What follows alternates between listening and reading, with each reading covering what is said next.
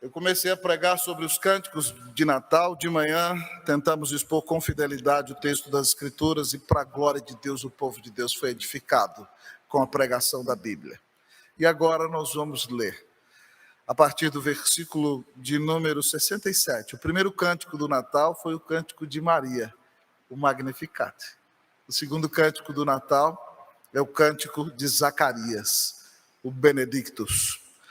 Leamos a palavra de Deus, Evangelho de Lucas, capítulo 1, a partir do versículo 67. Assim diz a palavra do Senhor. Zacarias, seu pai, cheio do Espírito Santo, profetizou, dizendo: Bendito seja o Senhor Deus de Israel, porque visitou e redimiu o seu povo, e nos suscitou plena e poderosa salvação na casa de Davi, seu servo, como prometera desde a antiguidade por boca dos seus santos profetas, para nos libertar dos nossos inimigos e das mãos de todos os que nos odeiam, para usar de misericórdia com os nossos pais e lembrar-se da sua santa aliança e do juramento que fez a Abraão, nosso pai, de conceder-nos que, livres das mãos de inimigos, o adorássemos sem temor, em santidade e justiça perante ele todos os nossos dias. Tu, menino, serás chamado profeta do Altíssimo, porque precederás o Senhor preparando-lhe os caminhos, para dar ao seu povo conhecimento da salvação no redimi-lo dos seus pecados, graças à entranhável misericórdia de nosso Deus, pela qual nos visitará o sol nascente das alturas, para alumiar os que jazem nas trevas e na sombra da morte, e dirigir os nossos pés para o caminho da paz. Oremos ao nosso Deus. Pai de amor, muito obrigado pela tua graça e pela tua misericórdia, ó Deus. Porque quando o Senhor quer abençoar uma igreja, o Senhor dá a ela a conhecer a tua palavra.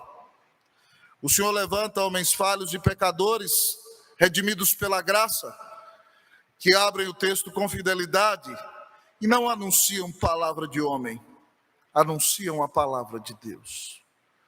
Pai, eu quero te pedir que isso continue a acontecer na Unida, porque quando o Senhor Deus, ó Pai, quer corrigir alguém, o Senhor esconde o seu rosto, o Senhor entrega essa pessoa à própria sorte, e o Senhor retira dela a tua palavra.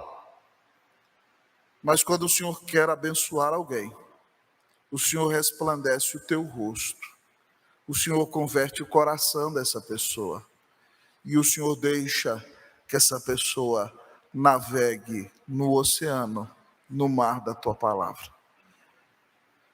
Pai, nós te agradecemos por este segundo domingo de dezembro, domingo no qual celebramos o dia da Bíblia.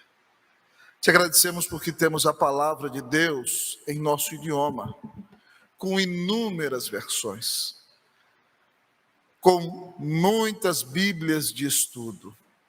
O povo brasileiro não tem desculpas se não te conhecer e se não se envolver na tua obra, porque o Senhor tem dado muitas bênçãos a nós.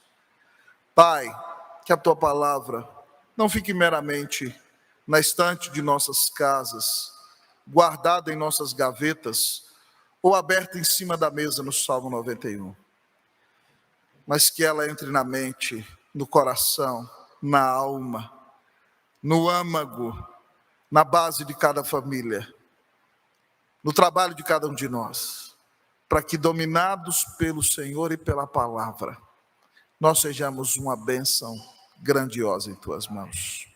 Enche-nos do teu Espírito, ó Deus. Enche-nos da tua palavra. Alimenta-nos, Senhor, nesta noite. Descedenta-nos. Este pequenino pecador prega para a tua glória, não para agradar a homens. Prega para a edificação do teu povo. Que o Senhor não permita que nada em nós nos atrapalhe de ouvir o Espírito Santo falando nas Escrituras. Mas que Cristo seja honrado sobre tudo. Lava-nos de nossos pecados, ó Deus. E que nessa noite nós tenhamos uma noite de visitação, que tal como percebemos a presença graciosa do Senhor Jesus aqui nesta manhã, no culto tão abençoado que tivemos, que percebamos também nesta noite, para a honra e para a glória do nome do Senhor. Aquece o nosso coração e dá-nos, Deus, a bênção de sermos mais gratos, mais reconhecedores e mais agradecidos por tudo que o Senhor tem feito na nossa vida. Ó Deus, muito obrigado. Nós te agradecemos. Em nome de Jesus. Amém. Assentai-vos, amados irmãos e irmãs.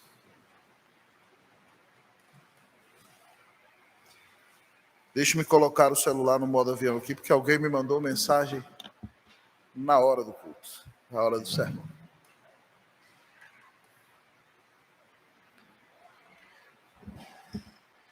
Queridos irmãos e irmãs, de manhã, quando lhes expus o texto bíblico, nós nos lembramos da atitude de Maria. Quando Isabel, cheia do Espírito Santo, reconheceu que ela era a mãe do próprio Filho de Deus. Ela começou a cantar um cântico em gratidão, dizendo: minha alma engrandece ao Senhor, e o meu espírito se alegra em Deus, meu Salvador, pois contemplou na humildade da tua serva, e desde agora todas as gerações me considerarão bem-aventurada. Maria tem um coração agradecido a Deus pelas bênçãos que recebeu. Você que está aqui é objeto das maiores bênçãos que qualquer pessoa pode receber. A salvação pela graça mediante a fé no Filho de Deus. A bênção de sermos adotados como filhos amados do Senhor. A certeza de que das mãos de Cristo Jesus nunca ninguém nos arrebatará. Como você tem reagido diante destas bênçãos maravilhosas que o Senhor te dá? Aqui em nosso texto nós encontramos um homem que reconhece de todo o coração que Deus tem feito. Mas no começo da sua história no Evangelho não foi assim. A Bíblia nos conta que viviam nas montanhas de Judá, Zacarias e Isabel, um casal justo e piedoso diante de Deus. Um casal muito dedicado, consagrado e exemplar diante dos olhos de todos. Mas eles passavam por um grande problema porque Isabel era estéril e eles não podiam ter filhos. E Zacarias serve no turno de Abias, que era o 24º turno dos sacerdotes do templo. E naqueles dias há tantos sacerdotes que provavelmente os sacerdotes entram para queimar incenso somente uma vez em toda a sua vida. E agora Zacarias é um homem mais velho, provavelmente já com mais de 75 anos. E ele entra ali para queimar o incenso, e você sabe que quando o sacerdote entrava ali, ele entrava com a corda, para que se ele fosse fulminado no Santo dos Santos pela presença de Deus, ele seria arrastado para fora. E Zacarias entrou ali, era o momento mais apoteótico da sua vida. Ele era sacerdote e era o momento em que ele entraria no Santo dos Santos, onde estava a presença de Deus, para queimar o incenso e adorar a Deus. E quando ele está ali naquele momento mais glorioso da sua vida, imagine, aparece diante dele o anjo Gabriel. Ele fica perplexo. Resumindo a história, Gabriel conta para ele que ele vai ser pai do último profeta do Antigo Testamento, João Batista. Que a mulher de Zacarias, já em idade avançada, seria mãe. E Zacarias, um homem piedoso e consagrado, no lugar mais abençoado, no Santo do Santo, no templo, no momento mais apoteótico da sua vida, tinha tudo para dar um aleluia calvinista lá dentro. E ele duvida. Ele diz: como vai acontecer isso? Minha senhora já está velha demais. E Gabriel diz para ele: eu sou Gabriel, sou um anjo enviado por Deus, estou na presença de Deus, e porque você não acreditou em mim, você vai ficar mudo. E Zacarias saiu dali, todos perplexos, viram que ele tinha uma visão, saiu fazendo sinais mudo e não conseguia falar. E quando ele volta para casa, ele tem um momento de intimidade com a sua esposa. Não sei se foi já na semana seguinte, mas a grande verdade é que Isabel ficou grávida, mesmo sendo uma senhora de idade muito, muito, muito avançada. A vida dela tinha sido uma vergonha porque ela não tinha conseguido ser mãe. As pessoas diziam, tão crente, tão piedosa, mas coitada, Deus não a abençoou com filhos. A situação é tão chocante que ela fica grávida e não conta para ninguém até o 5º mês. No 5º mês, Gabriel aparece para Maria, e sua prima, muito, muito idosa, também ficou grávida. Maria ficou tão empolgada com aquela notícia, era algo tão impactante, porque Isabel era uma mulher tão abençoada e só lhe faltava um filho, que Maria não se preocupa com mais nada. Ela faz uma viagem sozinha, de 100 quilômetros a pé, para poder encontrar com a sua prima Isabel. E nós ouvimos a mensagem de manhã acerca disso. Depois de 3 meses, Maria vai embora. E a Bíblia nos conta a história que chegou a época de Isabel dar à luz. E Zacarias continua mudo. E nasce João Batista, aquele que veio preparar o caminho do Senhor. E no 8º dia ele tem que ser circuncidado. E eu preguei aqui na semana passada, quem estava aqui se lembra muito bem, que os filhos dos judeus recebiam seus nomes ao 8º dia, quando eles eram levados ao templo para serem circuncidados, e a circuncisão equivale ao batismo cristão. Então no 8º dia, no dia da circuncisão do menino, a vila toda estava feliz, um milagre aconteceu, Isabel teve um filho, todo mundo disse, vamos dar para ele o nome do pai dele, Zacarias.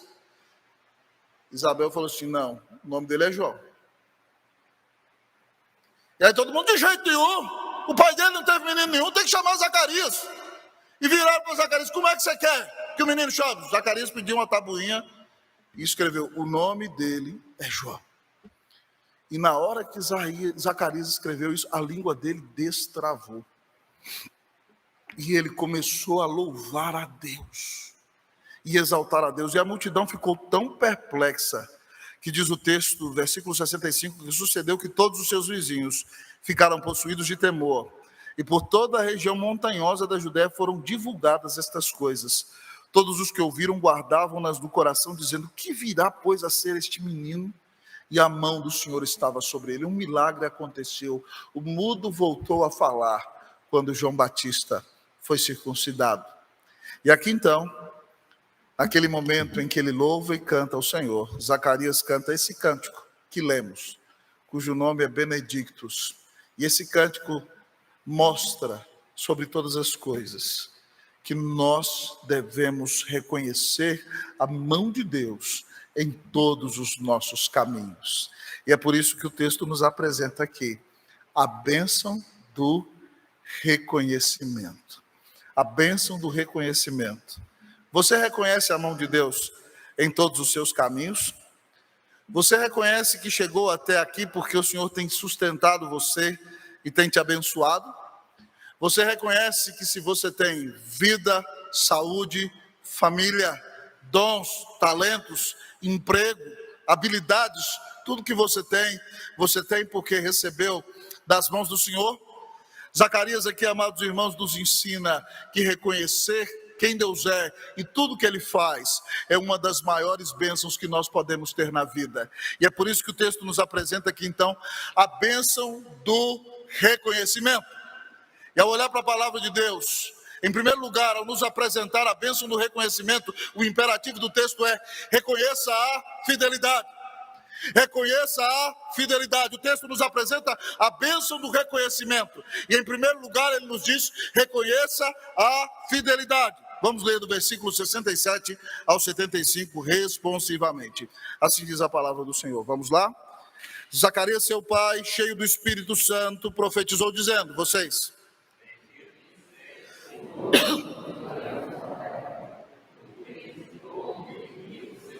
E nos suscitou plena e poderosa salvação na casa de Davi, seu servo.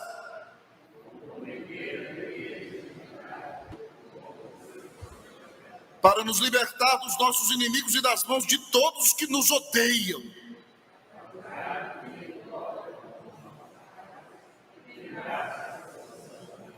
E do juramento que fez Abraão, nosso pai.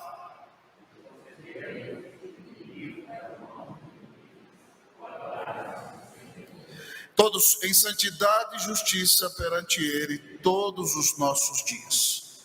Com Zacarias nós aprendemos que uma das maiores bênçãos da nossa vida é a bênção do reconhecimento. E o texto diz: reconheça a fidelidade. Ele começa bem dizendo a Deus, o Deus de Israel, porque Ele cumpriu as suas promessas. Ele diz: porque visitou e redimiu o seu povo, e nos suscitou plena e poderosa salvação na casa de Davi, seu servo, como prometera desde a antiguidade por boca dos seus santos profetas, para nos libertar dos nossos inimigos e das mãos de todos os que nos odeiam, para usar de misericórdia com os nossos pais. Você se lembra daquele dia em que Davi resolveu construir um templo para Deus? E Natã, profeta, amigo de Davi, diz para ele: faça conforme o desejo do seu coração. E quando Natã saiu da presença de Davi, Deus disse que Davi não ia construir o templo, porque Davi era um homem sanguinário, e que Deus mandaria o seu filho que ia construir o templo no lugar de Davi. E naquele dia, lá no primeiro livro das Crônicas, no capítulo 17, Deus manda Natã profetizar a Davi, dizendo o seguinte: eu vou enviar para o seu trono um descendente, cujo reino será sempiterno, e eu lhe serei por pai, e ele me será por filho. Ali Deus usa a boca do profeta. Vamos abrir a Bíblia lá, no primeiro livro das Crônicas, capítulo de número 17, para você aprender a ver na Bíblia comigo. Primeiro livro das Crônicas, capítulo 17. Abra aí sua Bíblia. Tem que aprender a abrir a Bíblia.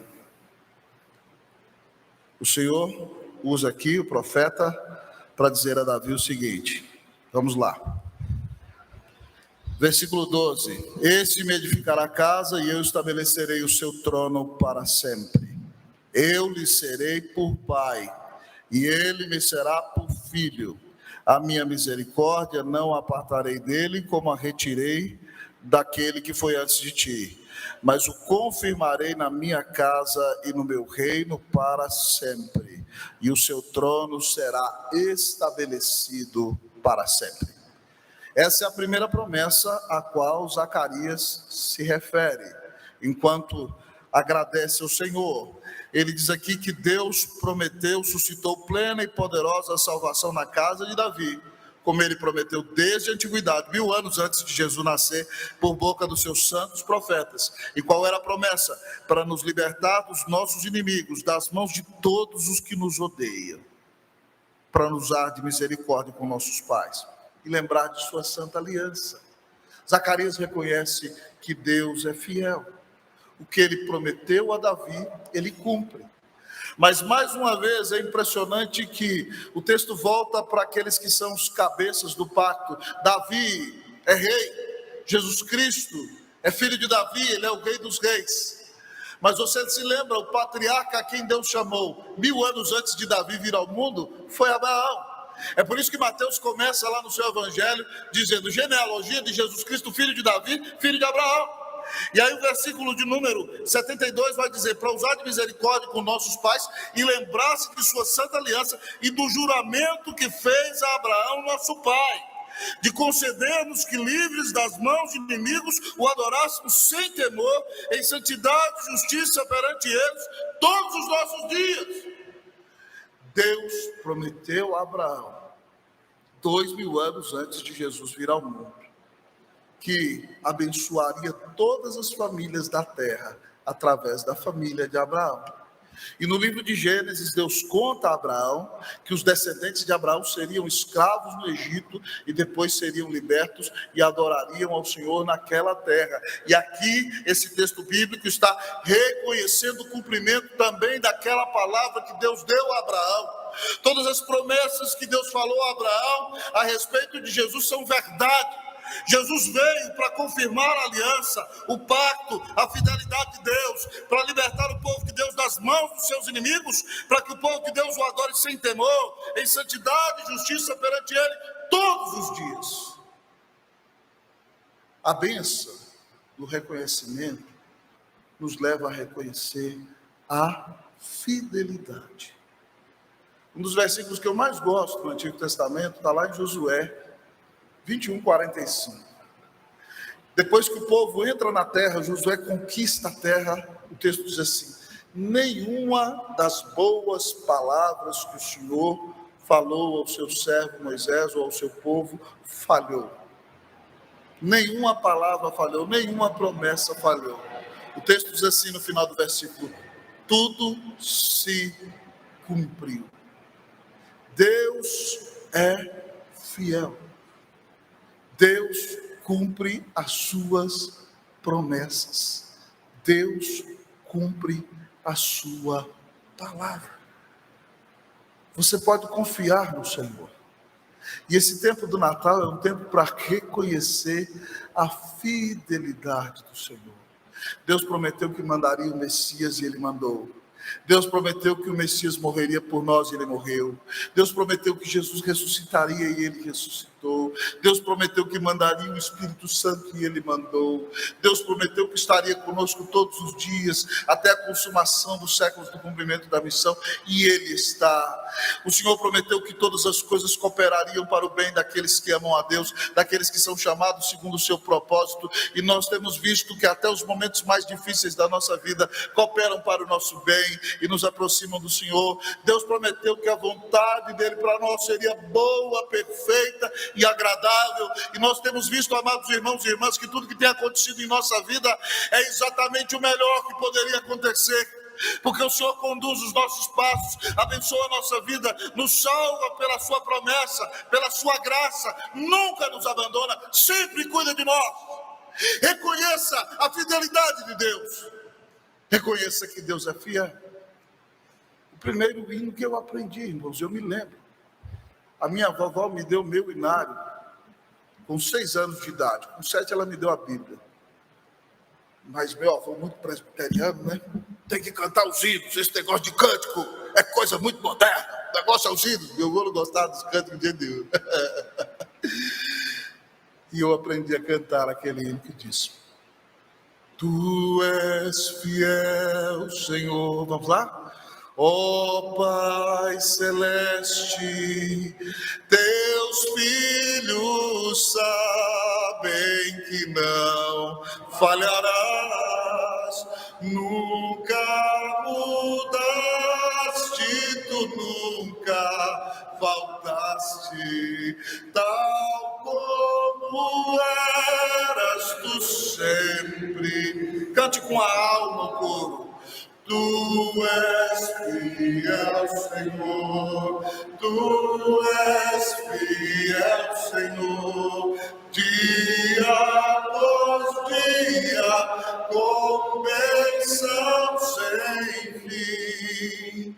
Tua mercê nos sustenta e nos guarda. Tu és fiel, Senhor, fiel assim. Reconheça a fidelidade. Uma das maiores bênçãos que nós podemos ter na vida é reconhecer ao nosso Deus. A bênção do reconhecimento nos diz, em primeiro lugar, reconheça a fidelidade. Mas talvez você me pergunte nesta noite: pastor, haverá algum outro imperativo da bênção do reconhecimento para a minha vida? Em primeiro lugar, foi reconheça a fidelidade. Em segundo lugar, é reconheça a capacitação. A bênção do reconhecimento tem um segundo imperativo que diz para nós: reconheça a capacitação. Diga para o seu irmão: boa noite. Diga para ele: boa noite. Pegue na mão dele que está do seu lado: boa noite. Reconheça a fidelidade de Deus. Não seja um mal agradecido, mas reconheça também a capacitação de Deus da sua vida. Ouça a palavra com alegria e louve a Deus de todo o coração, em nome de Jesus, amém. A bênção do reconhecimento é a bênção da capacitação. Nós vamos ler o versículo de número 76. Você vai ler comigo, preste atenção na sua Bíblia, você vai ler 76 e 77. Eu vou ler o 76, a igreja o 77. Tu, menino, serás chamado profeta do Altíssimo, porque precederás o Senhor, preparando-lhe os caminhos. Vocês, o 77.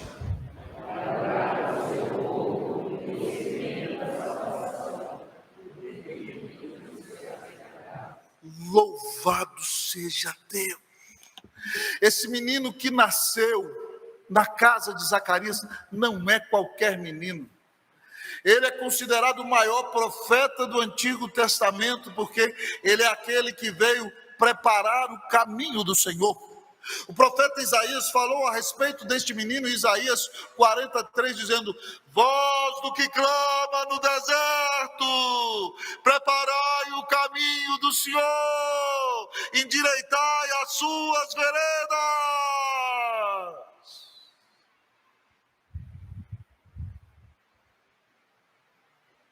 Zacarias já era muito velho quando João nasceu. Provavelmente João, na sua adolescência, já perdeu seu pai. E a Bíblia nos conta que ele foi criado no deserto, comendo gafanhotos e mel silvestre. Ele tinha uma roupa de couro e um cinturão de couro, de camelo. E ele lembrava muito o profeta Elias. E quando Zacarias diz aqui que ele vai preceder os caminhos do Senhor, preparando os caminhos do Senhor, está pregando uma profecia que está lá em Malaquias. E o próprio João sabia do seu chamado, porque você se lembra como foi o ministério desse menino. 400 anos sem profeta em Israel. João começou a pregar no deserto da Judéia, tal como a profecia de Isaías disse. E a comoção foi tão imensa, que toda a província daquele deserto da Judéia, toda a província daqueles que estavam ao redor do Jordão, e toda Jerusalém saíam para escutar João pregando no deserto. Veja bem que nós temos que estar onde Deus nos manda.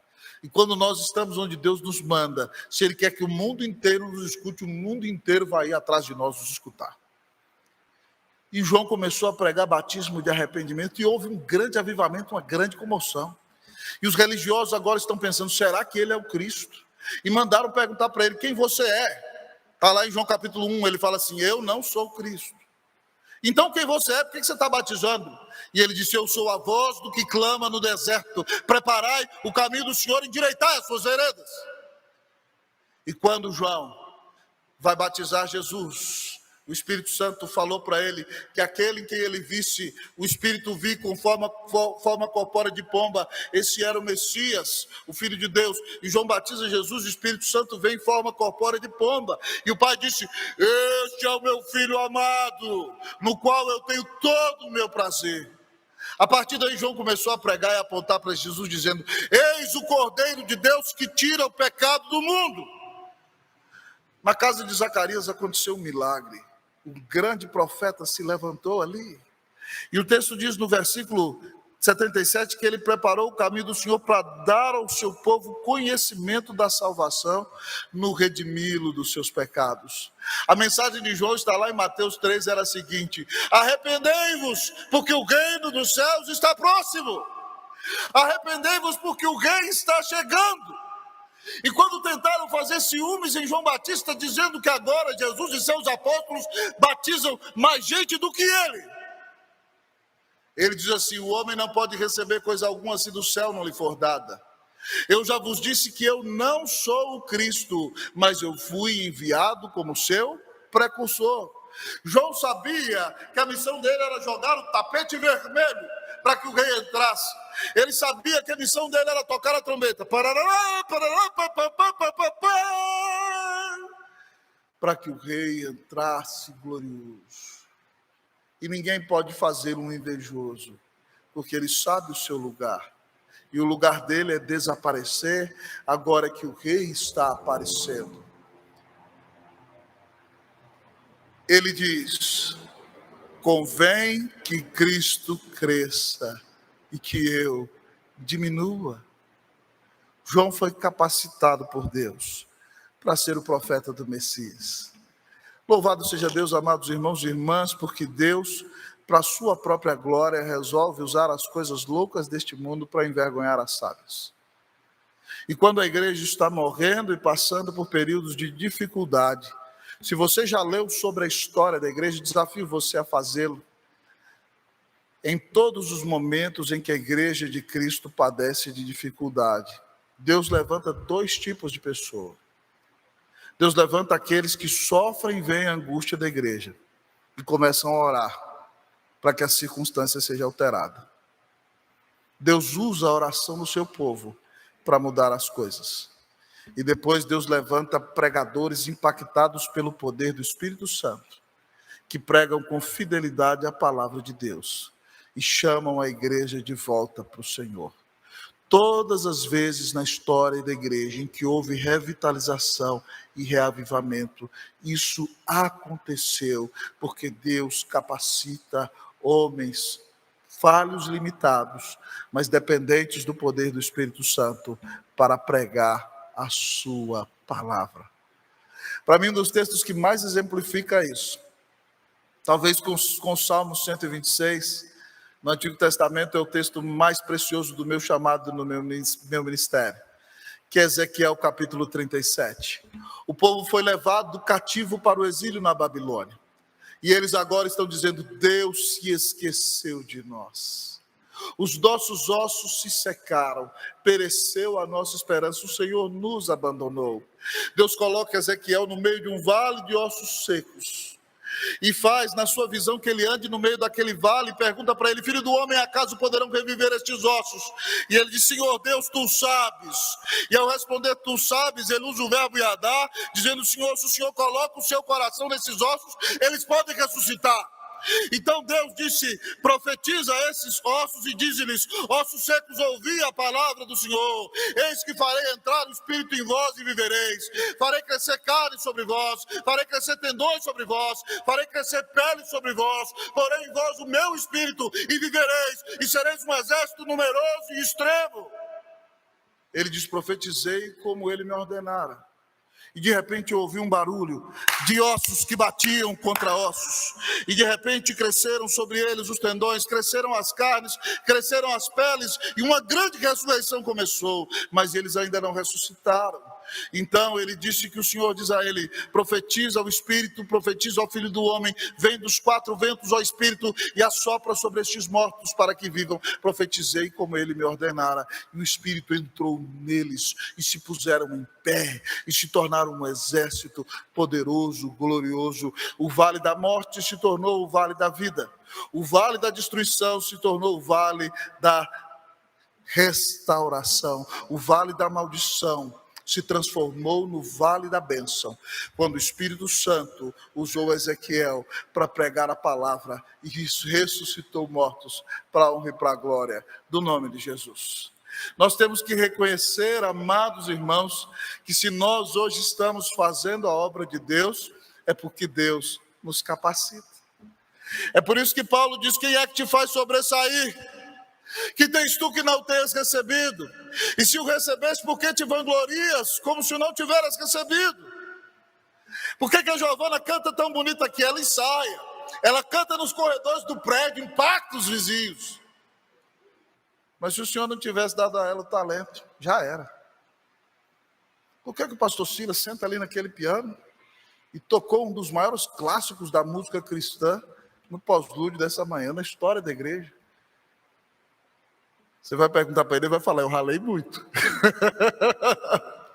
Mas se o Senhor não tivesse inclinado o coração dele para a música, ele não teria a capacidade de fazer o que faz. Qualquer um de nós que faz o que faz de maneira abençoadora tem que reconhecer que faz porque Deus capacita, que faz porque Deus chamou. João só foi o profeta do Messias porque Deus o capacitou. Então, quando você for usado por Deus, reconheça que quem te capacita é o Senhor. Não se pode negar que o Senhor usa ou não usa alguém. Isso está patente diante dos olhos de todos. Mas o que importa é o seguinte: é que em tudo somente a Deus seja dada toda a glória pelos séculos dos séculos. Amém? Então, se você cozinha bem, sua mulher cozinha mal, pare de zombar da cara dela. Né? Você recebeu o talento de cozinhar bem. Ela faz outras coisas melhor do que você. Deixe de ser enjoado, dizer, que pena que sua mãe não te ensinou a cozinhar, né? Toma vergonha na sua cara, deixa de ser orgulhoso. Né? Se você tem esse talento, Deus quer que você faça comida lá na sua casa. Parabéns, né? Que Deus te abençoe. Faça a melhor comida para a glória de Deus. Que nós, amados irmãos, reconheçamos que Deus capacita a igreja. Eu fico maravilhado quando eu vejo distintos dons e talentos na vida da igreja. Nós estamos vivendo um momento tão precioso na nossa igreja, tanta gente nova chegando, e alguns dizem, pastor, eu sou bom para fazer isso, eu sou bom para recepção, e a gente vê o Senhor encaixando cada um no seu lugar. Você fala, uau, o que está acontecendo só pode ser Deus. Glória a Deus. Se Deus te deu dons e talentos maravilhosos, coloque-os na mão do Senhor. E diga, Deus, usa a minha pequenina vida, para que eu faça toda a diferença, para a honra e para a glória do nome de Jesus. E seja a bênção onde o Senhor me colocou. Ah, querido amigo e irmão, a bênção do reconhecimento é maravilhosa, porque ela me leva a reconhecer a fidelidade de Deus que me salva em Jesus, mas me leva a reconhecer a capacitação que o Senhor nos dá para fazer a obra. E quando Ele nos usa poderosamente, o nosso deleite está nele. Vocês já me viram falar isso aqui, os mais velhos. Mas eu gosto de um filme muito antigo chamado Carruagens de Fogo. E esse filme conta a história de Eric Liddell, que foi missionário na China e morreu como missionário na China. Mas na Olimpíada da França, na década de 30, ele foi corredor pela Escócia. E ele marcou a história da humanidade porque ele era presbiteriano de verdade. E ele valorizava, não era presbiteriano genérico, como a maioria do Brasil. Ele valorizava o dia do Senhor. E ele teve que correr a prova dos 400 metros da Olimpíada, que ele era especialista. Mas porque ele era presbiteriano e valorizava o dia do Senhor, ele disse, eu não vou correr. O rei da Inglaterra pediu para ele correr, ele não correu. Mas correu e venceu todas as outras provas, 100, 200 metros, e ganhou muitas medalhas. E quando ele ia para a Olimpíada, a irmã dele, muito crente, filho de missionários, dizia, para que você vai para a Olimpíada? Isso é uma vaidade, é um absurdo. Para que você não vai para a China logo? Fica perdendo seu tempo. Você quer se mostrar para o mundo como o corredor mais veloz que tem? E se você vê o filme, todo mundo fala que é assim. Quando ele corria com a boca aberta, assim, sorrindo, né? E é aquela música.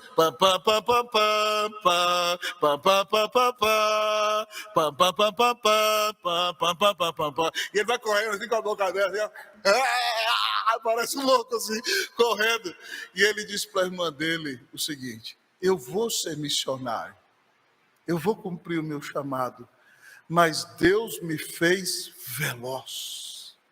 E quando eu corro, eu sinto que Ele se agrada. Eu corro para a glória de Deus. É tão bom, irmãos, quando a gente faz o que faz para a glória de Deus. É tão bom perceber o deleite do Senhor por sua graça em nós, quando nós cumprimos o chamado de Deus na nossa vida, e Ele se alegra em nós, porque Ele foi quem nos deu a salvação, e Ele que nos capacita. Eu não sei qual é o seu dom e o seu chamado, mas eu gostaria de dizer a você que um dos maiores momentos que eu tenho vivido na minha vida é quando eu estou fazendo exatamente o que eu estou fazendo agora. O príncipe dos pregadores, Charles Spurgeon, dizia que o momento em que ele mais sentia a presença de Deus era quando ele estava pregando. Que parece que Jesus vinha e se colocava do seu lado. Irmãos, é maravilhoso abrir o livro, ver o Senhor se levantar do livro, aquecer o nosso coração e falar com a igreja. Que bom é saber que nós fazemos o que fazemos não para homens nem para nós mesmos, mas para nos alegrarmos no Deus que nos amou, que deu Jesus para nos salvar e nos capacitou para fazer a sua obra. Louve a Deus pelos seus dons e talentos, consagre-os a Deus, faça tudo para a glória de Deus. Louvado seja o nome do Senhor.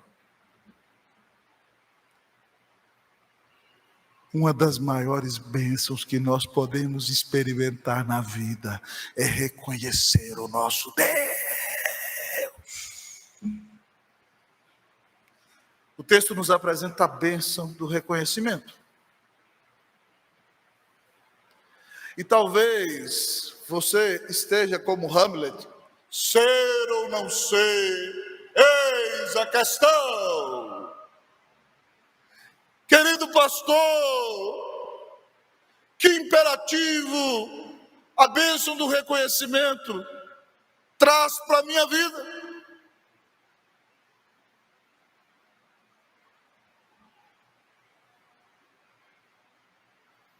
Reconheça a fidelidade. Reconheça a capacitação. Mas, em último lugar, o texto diz: reconheça a revelação. Reconheça a revelação. Para quem está anotando, vou contar como se fosse um segredo. Reconheça a revelação.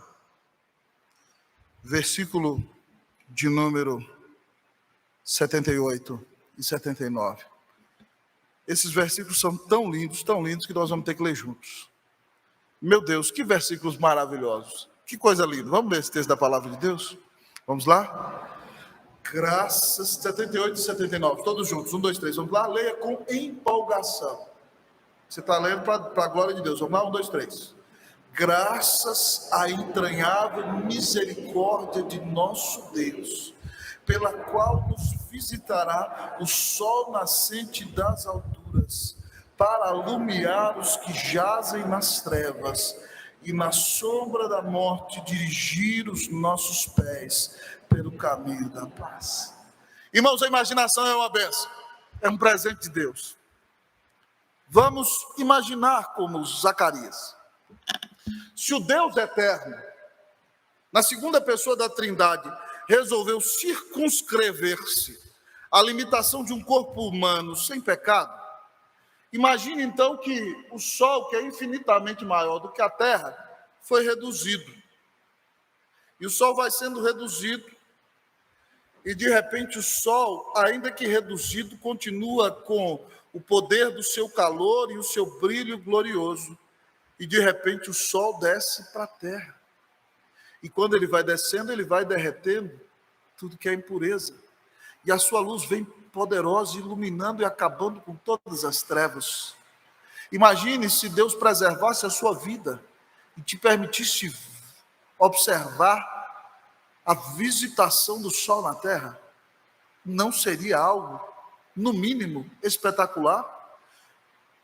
O sol descendo, de repente a água do mar, a água dos rios começa a ferver, evaporação violenta, e você observando todo esse fenômeno espetacular e fora do comum. A metáfora que Zacarias usa para dizer que Jesus veio ao mundo é como se o sol viesse à terra. Símile, lançando de comparação, graças à entranhável misericórdia do nosso Deus, mas aqui é metáfora, pelo qual o sol nascente das alturas nos visitará. O texto está falando de Jesus. Deus se tornou homem sem deixar de ser Deus. Deus veio morar na nossa vizinhança. O sol nascente das alturas nos visitou. Veja se não é para ficarmos perplexos. Mas ele não veio para queimar e destruir todas as coisas. O seu objetivo é iluminar, diz o texto, para alumiar. Essa palavra era falada lá na roça, em Minas Gerais, na fazenda do meu tio, para alumiar os que jazem nas trevas e na sombra da morte, e dirigir os nossos pés pelo caminho da paz. Jesus veio para tirar você das trevas e para levar você pelo caminho da luz. Ele veio para tirar você do caminho da depressão, da decepção e da angústia, e para conduzir você pelo caminho da paz. Jesus Cristo é o próprio Deus feito homem, sem deixar de ser Deus, meus irmãos e minhas irmãs. É por isso que João diz no capítulo 1, como eu preguei no domingo passado de manhã aqui, no princípio era o Verbo, e o Verbo estava com Deus, e o Verbo era Deus. Ele estava no princípio com Deus, e por intermédio dele foram feitas todas as coisas, e sem ele nada do que foi feito se fez. Jesus Cristo é o próprio Criador, ele é o Deus eterno, ele estava com Deus, ele é um com o Pai, diz o texto. Mas diz o texto no versículo 14 que o Verbo se fez carne, tabernaculou conosco, habitou entre nós. O sol desceu à terra, cheio de graça e de verdade. Ele não conseguiu esconder quem ele era. E nós vimos a sua glória, glória do unigênito do Pai. E é por isso que Paulo diz em 2 Coríntios 4, porque Deus que disse, das trevas resplandeça a luz, Ele mesmo resplandeceu a luz em nosso coração, para a iluminação do conhecimento da glória de Deus na face de Cristo. Antes de ter Jesus no seu coração, você andava em trevas. E o que Paulo está dizendo é que Deus disse, haja luz! Como ele disse no princípio tudo, e a luz começou a existir. Ele disse no seu coração, haja luz! E a luz de Jesus brilhou na sua vida. E você ressuscitou na alma. E você olhou para Jesus. E você creu nele como seu Salvador. E você o amou. E a sua vida foi transformada. E os seus pecados foram perdoados. E agora você tem paz com Deus. E agora você tem vida eterna. E agora ninguém arrebata você das mãos de Jesus. Louvado seja Deus. A Deus toda a glória. Louvado seja Deus. Reconheça que Jesus é o próprio Deus. A terra em que você pisa foi Ele quem criou. Ele domina sobre tudo. E Ele amou você, deu a vida na cruz para pagar os seus pecados. Como é que você pode continuar vivendo do jeito que está vivendo? Como é que você não prioriza esse Senhor maravilhoso? Como é que mesmo depois de crente, você não vive para a glória dEle? E não se entrega totalmente a Ele? E não se dispõe a experimentar tudo aquilo que Ele está preparando para você? Que Salvador maravilhoso. Reconheça quem Cristo é. Se humilhe diante dele. Creia nele como seu Salvador. E diga, Senhor, tira todas as minhas mazelas, todas as minhas amarras, todas as minhas travas, todas as minhas retrancas. E me deixe experimentar tudo aquilo que o Senhor quer que eu experimente. Porque o sol visitou a terra para iluminar a minha vida. E para que eu viva em paz e plena alegria na presença de Deus. Creia em Jesus e você vai ser salvo. E você vai ser declarado justo pela fé no tribunal de Deus. Você vai ser adotado de papel passado como filho de Deus. E das mãos do Senhor Jesus, nunca, ninguém, jamais arrebatará você. Ah, meus irmãos, minhas irmãs, eu só posso dizer nessa noite, que grande Salvador é Jesus Cristo. A Ele seja dada toda a honra, toda a glória, todo louvor.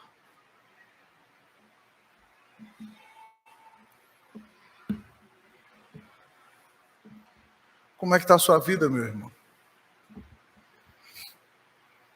Para o que você está olhando?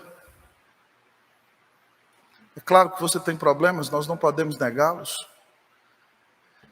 Mas se você olhar para tudo que recebeu, não existe outra atitude que se espera de você, a não ser o reconhecimento diante deste Deus maravilhoso.